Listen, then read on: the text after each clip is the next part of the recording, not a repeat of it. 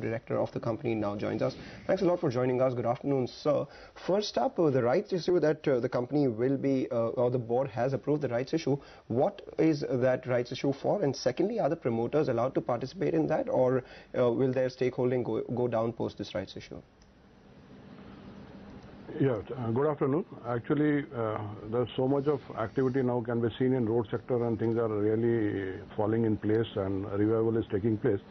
So this issue is going to help us to add on and move forward from here, the way things are going to come for bidding and all. So it will be ready with utilizing that proceeds for meeting our equity requirements on the existing stuff and also for the newer projects to come. So, and I believe, yes, the promoters can do subscribe to the rights issue. So IL&FS holds around 70%. And they will be definitely subscribing because the way stock prices are today, I think rights is the better option for us to mobilize the equity. Okay, so promoters to participate in the rights issue, and the money used will be used to meet the equity requirements for your existing and new project. So no part of this money will be used to pay down your debt? Actually, you know, basically once you have this requirement of equity is always an incremental thing. So we will be definitely see to it that we pay something at a holdco level and then maybe come back again and see and remain at those debt equity levels for holdco and borrow from that. So whatever immediate needs are there will be part of this, and then subsequently, as you would see, it's always almost 1.5 years of cycle where you need to plow on equity, because after putting 50% of equity, you can always draw down debt and then put on keeping incremental part of it. So yes, there will be some deep repayment of the debt, but subsequently will be used for this purpose. But what is your current debt on the books right now? Because we see your finance costs, which have jumped by nearly 24% in this quarter itself. See, actually, our consolidated is lying at around 24,000, and at holdco is around 8,400, and the way things are going and whatever we are planning for this, I think we believe that March 16 at holdco level will be closing at around 7,500. Actually, one important parameter needs to be taken into account, that we are having around 37,000 crores of assets on ground, out of which 12,000 crores are operating assets, and balance 12,000 is work in progress and 10,000 to be completed. So that's why the ratio of this operating asset versus assets under construction is something which is going to change in 2016-17, wherein we'll be commissioning all the projects. So we will have 36,000 crores of yielding assets versus the balance, whatever 8,000, 10,000 works to be done. So the debt levels, I would say that would definitely going to look down from 16-17 onwards.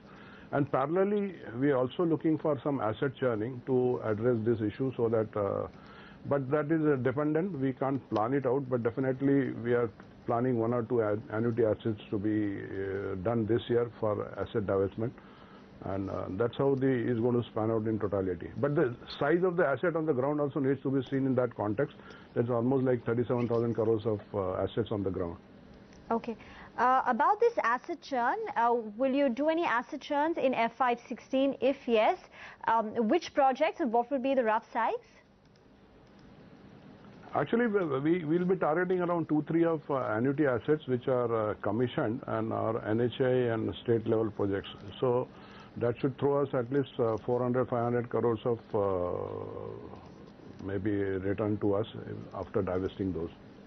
All right, Mr. Sapre, the last time you spoke to us, you indicated that there would be an inflow of about 5,000 crores worth orders in this financial year itself. And also you said that there was some big tunnel project that you were looking to bid in June, mid-June. So what's the update on that right now? Yeah, actually, if I add on these 4 new wins, I have signed one concession for around 580 crores in the Jharkhand. We have signed one 325 crores concession in ROBs in Gujarat. And we were L1 for 2 of the projects. So practically we are there at 5,000. I think we will be signing those 2 concessions very soon in coming 10 to 15 days, which are Amravati, Chikli and Phagme, Gujarat border. These are the NHA mandates. Coming back on the tunnel, actually the bidding did happen, but I think it was our sole bid, single bid. And I think being a large project, the bid was not opened and was returned to us unopened. I believe in the new schedule they have come out with a single stage bidding, and by November you have to put a technical and a financial envelope. And November will be the one which is Jojila tunnel. It's definitely a 13-14 kilometer long tunnel and big project. But that comes back on the bidding again and will be in November. Okay.